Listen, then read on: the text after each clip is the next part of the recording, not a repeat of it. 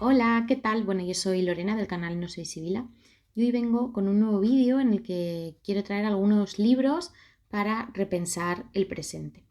¿Qué quiere decir esto más concretamente? Pues bueno, son libros que son utopías, distopías, todo lo que está entre medias, utopías que realmente no son tan utopías, distopías que pueden darnos que pensar, etcétera, etcétera, ¿no?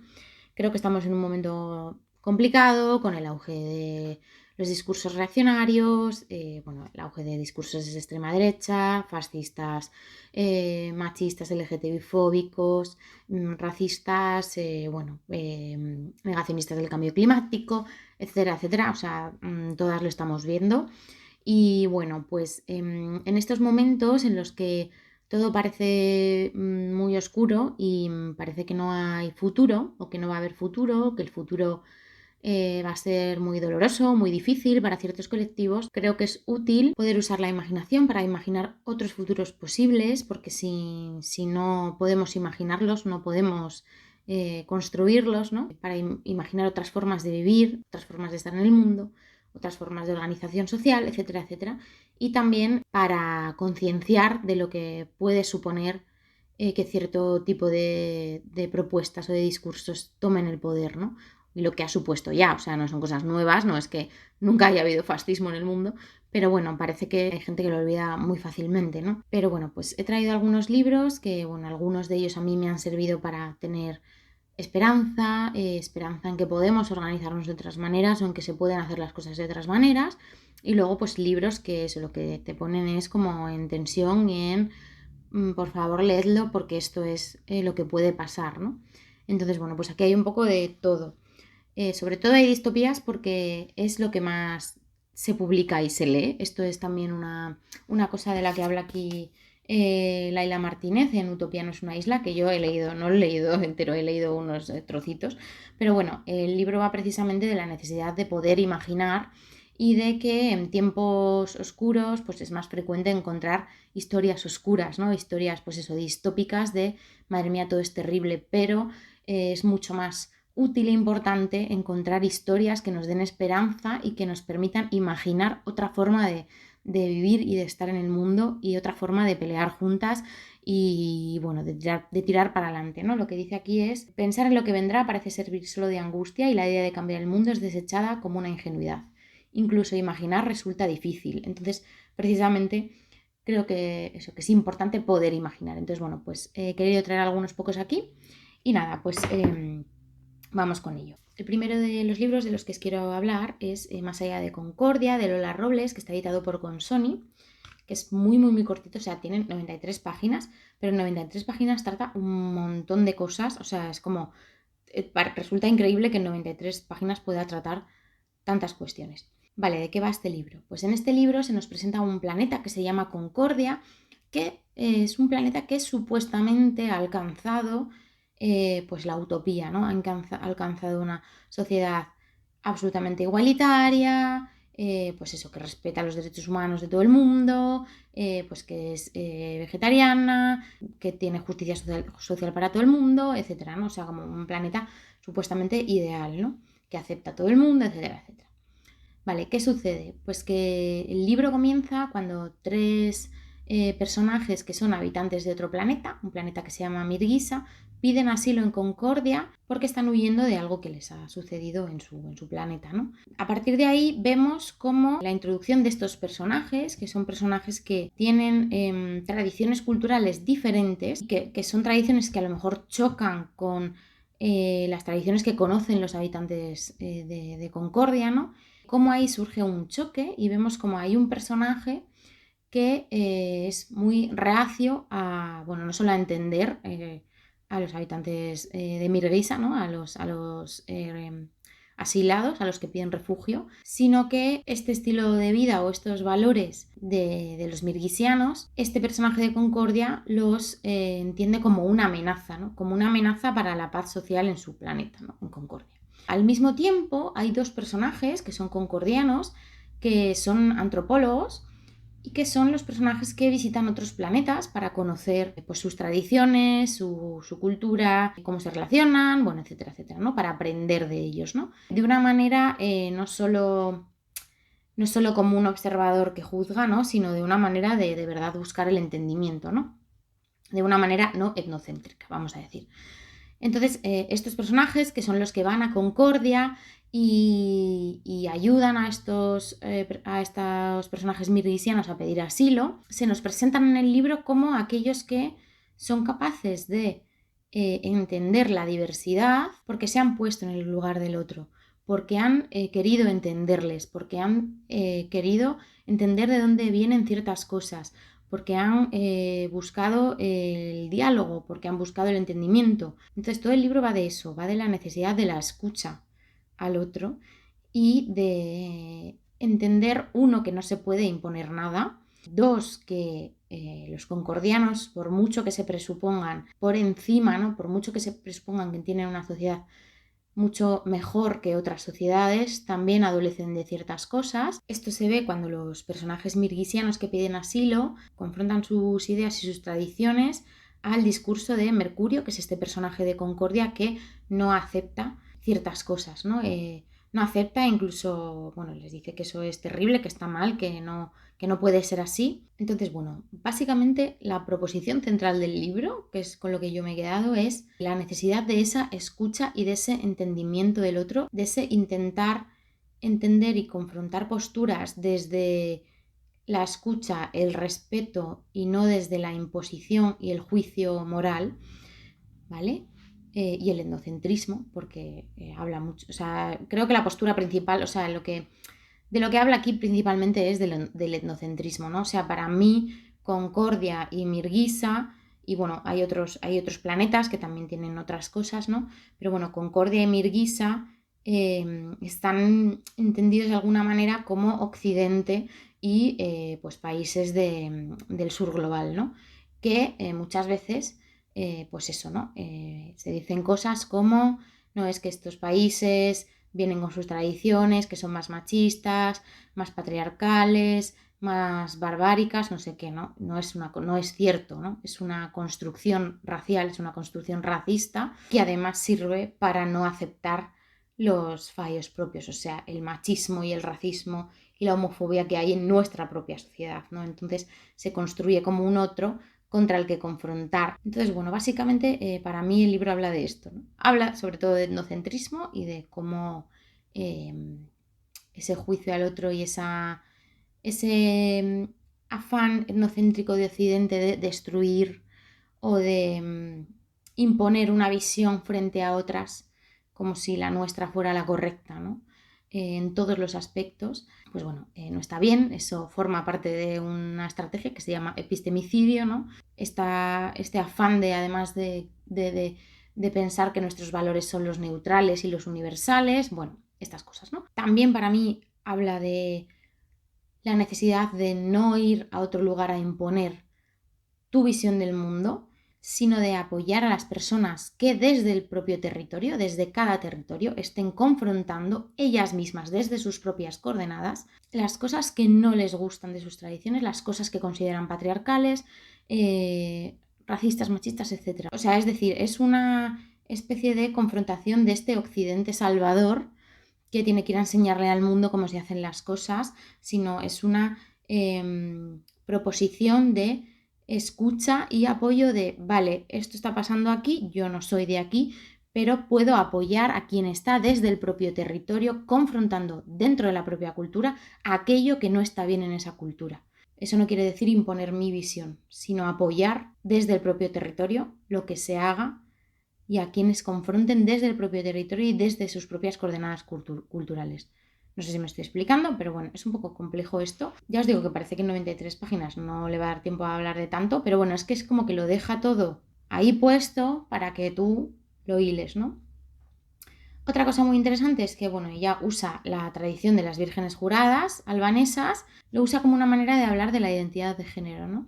Y bueno, no os voy a contar más para no destriparos más, porque como es tan corto, pues bueno. Pero vamos, que aquí dentro hay están discutidas muchas de las posiciones que se están dando ahora, pues bueno, pues del tema género, racialización, etcétera, etcétera, ¿no? Entonces, creo que es muy interesante y que está muy bien hecho y que permite también pensar en una manera diferente de estar, ¿no? Y de lo importante que es la escucha hacia los otros y de no imponer nuestra propia mirada previa a cosas que no comprendemos a lo mejor, ¿no? Entonces, bueno, pues que me ha gustado mucho este libro, la verdad, es muy interesante. Vale, después tenemos Mujer al borde del tiempo de Mars Piercy, que bueno, su libro, este sí que este es un buen tochal, ¿no? Y es un libro pues interesantísimo y que es verdad que da un poquito de esperanza en que las cosas pueden ser de otra manera. Es un libro que es a la vez una distopía y una utopía. En el libro seguimos al personaje de Connie, que es una mujer que bueno, tiene unas condiciones de vida y materiales como muy, muy terribles. Ha estado psiquiatrizada y por una cuestión X que le sucede, pues la internan de nuevo en un psiquiátrico, ¿no? Con toda la violencia que esto conlleva. Y bueno, pues desde el psiquiátrico pasan ciertas cosas y entonces se nos abren dos mundos. Bueno, la distopía es la misma vida que vive, ¿no? Pero también está la parte de la utopía. Y bueno, es un libro en el que habla, o sea, habla muy claramente de la violencia psiquiátrica, de lo que implica tener un diagnóstico psiquiátrico, de lo que implica ser una mujer racializada con un diagnóstico psiquiátrico, que tiene que subsistir con ayudas del Estado porque se le han ido cerrando todas las puertas, porque además de todas las puertas que ya tenía cerradas previamente, ¿no? De no tener medios, pues eso, ser una mujer racializada, es chicana. Y además, digamos que esas cosas se van sumando, ¿no? Van sumándose unas a otras y haciendo como una montaña de la que es imposible salir. Y además le unimos la psiquiatrización, lo que supone además tener un diagnóstico para conseguir un trabajo, para conseguir ciertas cosas, lo que supone también el haber tenido un diagnóstico para que te vuelvan a diagnosticar o te vuelvan a psiquiatrizar, aunque no te pase nada. Entonces, bueno, es un libro en el que pues, le coges un montón de cariño a los personajes, a Connie le coges un montón de cariño, y es un libro que abre puertas. Esta sociedad utópica pues tiene cosas sobre las que se puede pensar, ¿no? Cómo nos gustaría que fuera un futuro mejor. Y bueno, y luego tiene un final que digamos que da como un poco de esperanza de, bueno, se puede pelear. Lo que pasa que nada, no vamos a conseguir nada sin pelear, ¿no? Entonces, bueno, es un libro muy interesante y a pesar además de ser tocho, se lee rápido porque te metes mucho, mucho en la historia. Y bueno, es un libro que eso, que abre puertas, abre puertecitas y ventanitas y que da para poder pensar un poco en el futuro, ¿no? Vale, luego nos vamos a ir al extremo contrario, que son las distopías. Y en este sentido tenemos Ellos, de Kay Dick. Ellos, secuencias del desasosiego, editado por Automática y traducido por Enrique Maldonado. Vale, este librito, que bueno, se publicó en 1977, era un libro que, bueno, pues publicó la autora y luego se olvidó, ¿no? Y se ha rescatado ahora.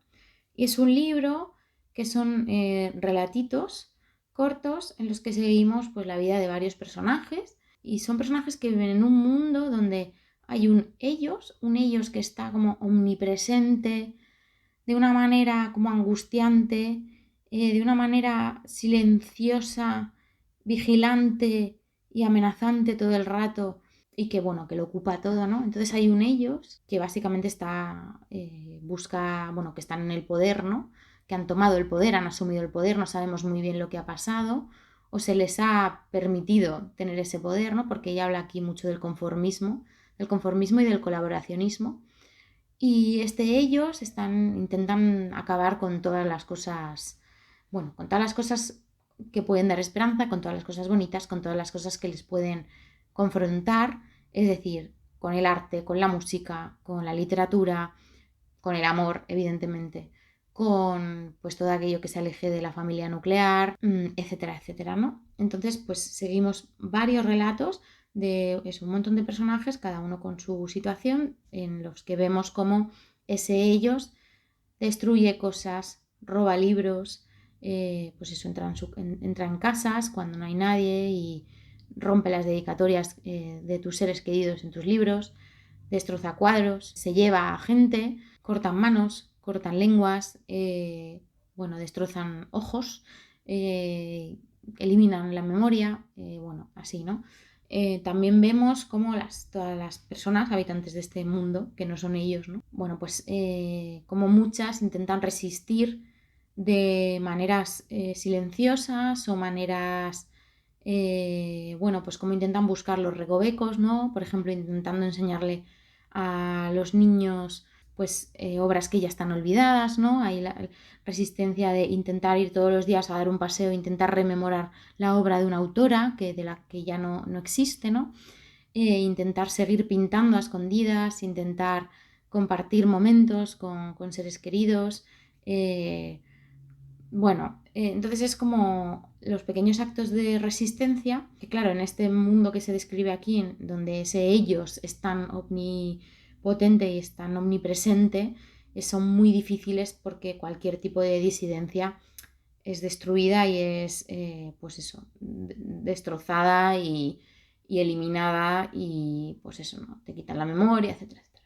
Pero es como esos pequeñitos actos de resistencia y también, por el otro lado, esa gente que simplemente vive con pasividad esta situación o incluso colabora con ellos porque sienten que eso les va a ayudar, ¿no? O les va a permitir librarse a ellos de lo que sucede, ¿no? Entonces, son relatitos que, dan angustia. Secuencias de desasosiego es un buen subtítulo. Y creo que está muy bien también para repensar el presente, ¿no? Y lo que nos viene a futuro, ¿no? Y la posibilidad de que cosas que pensamos que no pueden pasar, pasen, porque pensamos que tenemos muchas cosas aseguradas y, cuando llega gente que se lo quiere cargar todo, si se lo permitimos, pues pueden cargárselo todo, ¿no? Entonces, ellos. Vale, luego tenemos las parábolas de Octavia Butler, la parábola del sembrador y la parábola de los talentos. Que, esto iba a ser parte de una trilogía, pero Octavia Butler falleció antes de terminarla, pero son bastante autoconclusivos los dos y terminan perfectamente. Y a mí me encantaría saber qué iba a proponer Butler para la tercera, pero simplemente son joyas igualmente y muy interesantes. Entonces, en estos dos libros seguimos a Lauren Olamina, que es la protagonista principal de los libros.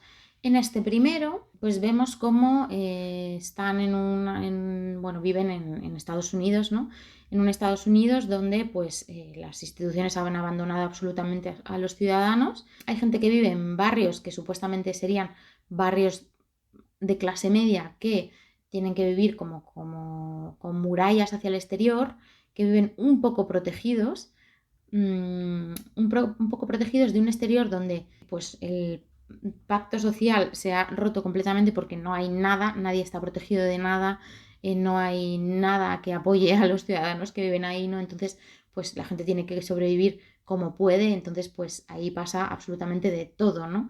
Entonces, es un mundo absolutamente violento, desgarrador, donde, sobrevive poca gente y donde no hay nada y lo poco que hay, hay que, lo poco que hay se lo disputan, ¿no? Entonces, Lauren Olamina vive en uno de estos barrios de clase media que están un poquito protegidos del exterior, que están como amurallados y intentan sobrevivir teniendo en cuenta que dentro de los barrios de clase media tampoco es que tengan muchísimos medios, ¿no? O sea, es todo como está todo al borde del colapso absoluto, ¿no? Luego existen la gente rica, ¿no? Que estos sí que están como en fortalezas y se aprovechan de todo lo demás, ¿no? Entonces, lo que pasa es que Lauren Olamina crea una religión para intentar como generar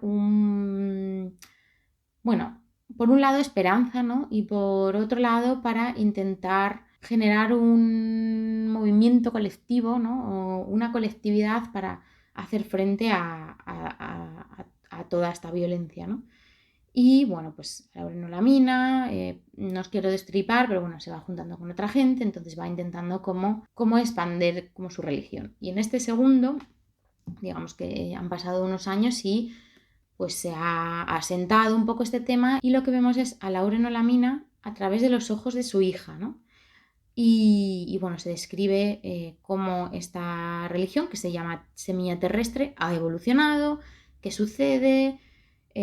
Bueno, aquí además tenemos, bueno, pues tenemos a fanáticos de un presidente, pues eso, absolutamente racista, machista, lo peor que te puedas echar a la cara, absolutamente corrupto, absolutamente de todo. Pues hay fanáticos que se dedican a ir por el mundo, por Estados Unidos, pues cargándose a gente básicamente, o bueno, haciéndolos prisioneros, o un montón de cosas, ¿no? Bueno, pues como les permiten hacerlo, pues hacen lo que les da la gana, ¿no? Entonces, bueno, pues esto es un poco, aquí se habla de muchas cosas, se habla de muchas cosas. Ahí está el tema del cambio climático, de la falta de recursos, está el tema del auge del fascismo, bueno, pues eso, tema de racismo, machismo, de todo. Son libros muy duros, pasan cosas muy, muy, muy bestias, o sea, estos libros son muy bestias. Pero creo que están interesantes como para pensar en ciertas cosas. O sea, yo, de hecho, yo sabía de estos libros porque cuando ganó Donald Trump la presidencia de Estados Unidos, mucha gente en Estados Unidos decían, Octavia Butler ya lo predijo en las parábolas, ¿no? Entonces, luego ya se publicaron aquí y por eso, bueno. Entonces, sí, es un poco premonitorio y es un poco para pensar a dónde nos llevan ciertas cosas, ¿no? Y bueno, aparte de que, bueno, son libros muy interesantes y que, bueno, dan para pensar un montón de cosas, también dan para pensar por qué Laura Lamina crea una religión y no un movimiento político, porque su religión en realidad habla de colectividad, de la necesidad de ayuda mutua, etcétera, etcétera, ¿no? Entonces, bueno, son súper interesantes. Me hubiera encantado saber qué iba a hacer Octavia Butler con el tercero, la verdad. O sea, me hubiera encantado. Pero bueno, en cualquier caso son libros que terminan perfectamente bien y no hace falta un libro más, ¿no? Vale, luego tendríamos Yo que nunca supe de los hombres, de Jacqueline Hartman, que bueno, esta es una distopía un poco más psicológica, en el sentido de que no es una distopía en la que pasen, pues como en las de Octavia Butler, que pasan un montón de cosas todo el rato, no sé, es una distopía como muy interior. Os voy a explicar. En este libro seguimos a 40 mujeres que están encerradas en un búnker que está vigilado por unos guardias que no interactúan con estas mujeres, no hablan con ellas, no interactúan con ellas, ¿no? Entonces, pues estas mujeres llevan encerradas ahí un montón de años, no saben por qué están encerradas ahí y tampoco saben lo que va a pasar porque nadie les dice nada. Como os digo, los guardias no se relacionan con ellas, simplemente las están vigilando, ¿no? Les dan comida, pero ya, ¿no? O sea, las mantienen con vida, pero poca cosa más. Y en el libro seguimos a la protagonista, que es bueno, que cuando entró les encerraron era muy pequeña, era un bebé o era muy pequeña, no recuerdo cuántos años tenía, ¿no? Entonces es la única de todas las mujeres que no recuerda la vida de fuera. Entonces, bueno, pues las otras mujeres le tienen que ir explicando, ella se siente como muy apartada de ellas porque hay cosas que no entiende. Y en un momento dado, esto no es un spoiler, se dice en la sinopsis y es como importante para entender el resto del libro, en un momento dado los guardias desaparecen. Entonces estas mujeres tienen que ver qué hacen, qué sucede, si pueden salir, si no pueden salir, qué se van a encontrar fuera, qué no se van a encontrar. Entonces todo el libro es como una exploración de todo esto. Y además él no saber nada de lo que era el mundo antes, ni saber por qué las llevaron ahí, ni nada, ¿no? Entonces, básicamente el libro de lo que va, bueno, aparte de supervivencia y de... Bueno, es muy triste, realmente es un libro muy triste, pero va sobre todo de la necesidad del apoyo mutuo, porque estas mujeres se tienen que apoyar las unas a las otras para sobrevivir en esas circunstancias en las que no hay respuestas, no hay respuestas para nada, ¿no? Entonces, pues básicamente es esto, ¿no? Y creo que es importante porque se ve perfectamente esa necesidad, ¿no? De cómo el individualismo pues solo abocaría a que la mayoría de ellas pues terminasen mal, ¿no? Y tampoco salvaría a quien decide abogar por ese individualismo, ¿no? Entonces, bueno, eso, como os digo, es una distopía muy psicológica. No pasan grandes cosas, sino que simplemente todo el rato son preguntas y cómo gestionamos esto, cómo gestionamos lo otro, cómo nos ayudamos, cómo no nos ayudamos. Entonces, por eso, pues lo he querido traer aquí. Vale, el siguiente libro es Mugre Rosa, de Fernanda Trías, que bueno, también es una distopía, ¿no? Y es muy curioso este libro porque Fernanda Trías este libro lo escribió antes de la pandemia y ella pensaba que estaba escribiendo una cosa como muy extraña, o sea, no muy extraña, sino que iba a hacernos como extrañarnos y también como pensar mucho en lo que nos podía suceder, ¿no? ¿Qué pasó? Que pasó la pandemia y se publicó en 2021, ¿no? Y claro, de repente vimos en este libro muchas cosas que nos habían pasado, nos estaban pasando y de repente no era tan extraño lo que contaba, ¿no? Entonces, en este libro, pues básicamente hay una plaga que asola las ciudades costeras, bueno, empieza por las ciudades costeras, y es que hay una plaga de algas o de mugre rosa en el mar, ¿no? Que son como tóxicas, que van acabando con toda la fauna marina, que además emanan nubes tóxicas, ¿no? Entonces, pues la gente hay ciertos momentos donde pues suenan unas alarmas, se tienen que meter en casa, cerrar las ventanas, bla, bla, bla, ¿no? Tienen que confinarse, etcétera. La gente empieza a huir de las costas hacia el interior. Bueno, digamos que esta mugre o esta cosa tóxica empieza también a avanzar, ¿no? Y entonces es como la protagonista pues va sobreviviendo a esto y va viendo cómo todo a su alrededor se desmorona, va viendo cómo, bueno, la gente supuestamente se debería ayudar pero no se ayuda, va viendo pues eso, ¿no? Va viendo sobre todo cómo se desmorona todo, va viendo cómo se van rompiendo todos sus vínculos, cómo todo el mundo huye, como, bueno, pues se va quedando sola, ¿no? Entonces es el miedo a la enfermedad y también esa soledad que va apareciendo, pues eso, que en ese sálvese quien pueda, de repente todo el mundo se ha metido en su individualidad y no hay manera de una salvación colectiva, vamos a decir, ¿no? Entonces, no sé, es un libro que habla del colapso climático, evidentemente, o sea, es muy evidente que además la pandemia de la que se habla en este libro tiene además mucho que ver con todo el tema del mar muerto, todos estos peces que aparecen pues muertos en la orilla, bueno, pues con temas que tienen que ver con el cambio climático, ¿no? Y con el colapso que podría llegar si no actuamos a tiempo.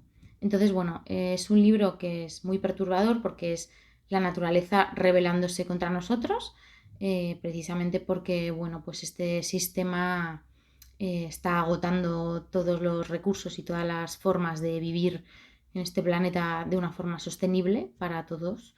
Y bueno, pues es muy angustioso, la verdad, es muy angustioso y muy perturbador y además tiene ese detalle de encima hay cosas que ya hemos visto, o sea, esto ya no es ficción, aquí hay cosas que ya hemos visto. Entonces, bueno, Mugre Rosa también lo quería traer. Vale, y por último, un libro que ya he nombrado muchas veces estos meses, pero bueno, creo que no es ni una utopía ni una distopía, es otra cosa, pero creo que es un libro que sirve para pensar formas de vivir de otra manera, que es Gozo, de Azahara Alonso, que bueno, pues es un ensayo literario, ya os conté, ¿no? La autora se va un año a vivir a la isla de Malta a estudiar el idioma con una beca, entonces está un año pues pensando sobre cosas, ¿no?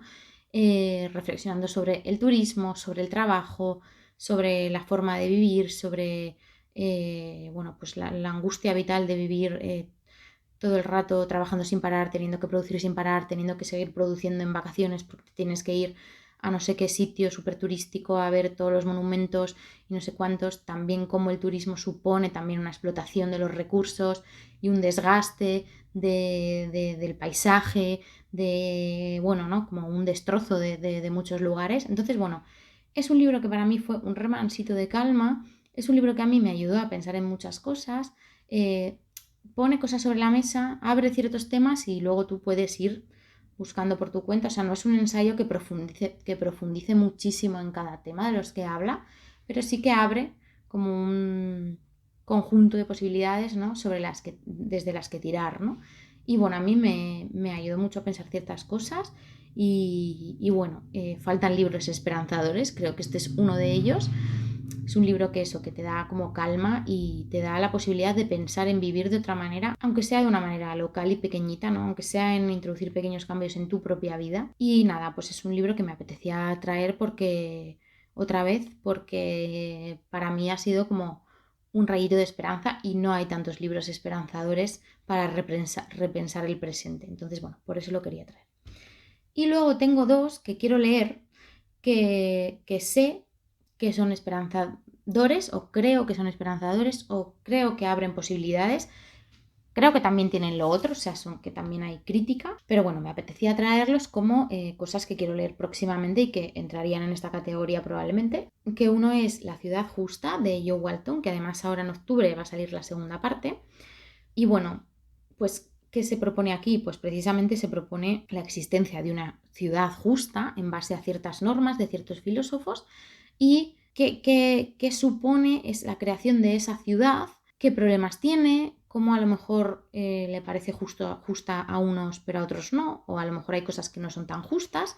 Y no sé, creo que simplemente como el poner sobre la mesa y replantear si esto nos parece justo para todos o no, pues bueno, es una cosa que creo que es importante y que seguramente pues también ayude como a pensar otras posibilidades, ¿no? Y luego tenemos Los desposeídos de Úrsula K. Le Guin, que bueno, yo lo tengo en esta edición de hace unos cuantos años y todavía no lo he leído y me apetecía leerlo ahora, la verdad, también como en este momento que necesito pensar en otras cosas. No sé exactamente cuál es la trama, sé que hay una revolución, sé que, bueno, pues se plantean cosas sobre la justicia, la igualdad, pues eso, lo que es una utopía o no es una utopía, lo que es un lugar justo para unos o para otros, ¿no? Y además me han dicho que Más allá de Concordia tiene ecos de Los desposeídos, o sea que se nota que Lola Robles se ha apoyado un poco en Úrsula K. Le Guin, ¿no? Para escribirlo, entonces, bueno, simplemente me apetece mucho leerlo y creo que encaja en esta premisa de aquí. Y nada, pues por eso lo quería dejar aquí como una posibilidad de seguir leyendo sobre estos temas, ¿no? Y bueno, pues esto sería todo. Estas son las propuestas que yo os hago ahora mismo de libros para repensar el presente y el futuro. Y bueno, creo que necesitamos la imaginación, creo que necesitamos poder imaginarnos otros mundos, otras maneras de estar, otras maneras de vivir, lugares que sean de verdad justos para todos y todas y todes. Y bueno, pues creo que la imaginación es nuestra mejor arma, aparte de la lucha, evidentemente, ¿no? Pero si no podemos imaginar esos futuros es difícil construirlos, así que bueno, pues también por eso he traído esto. Y nada, pues hasta aquí el vídeo de hoy. Espero que os haya interesado y os haya gustado. Si me queréis hacer recomendaciones sobre este tema o que encajen aquí, me encantaría porque bueno, es un tema que ya sabéis que me interesa. Y ya está, eso es todo por hoy. Espero que tengáis muy buena semana y os mando un besazo gigante. Buah.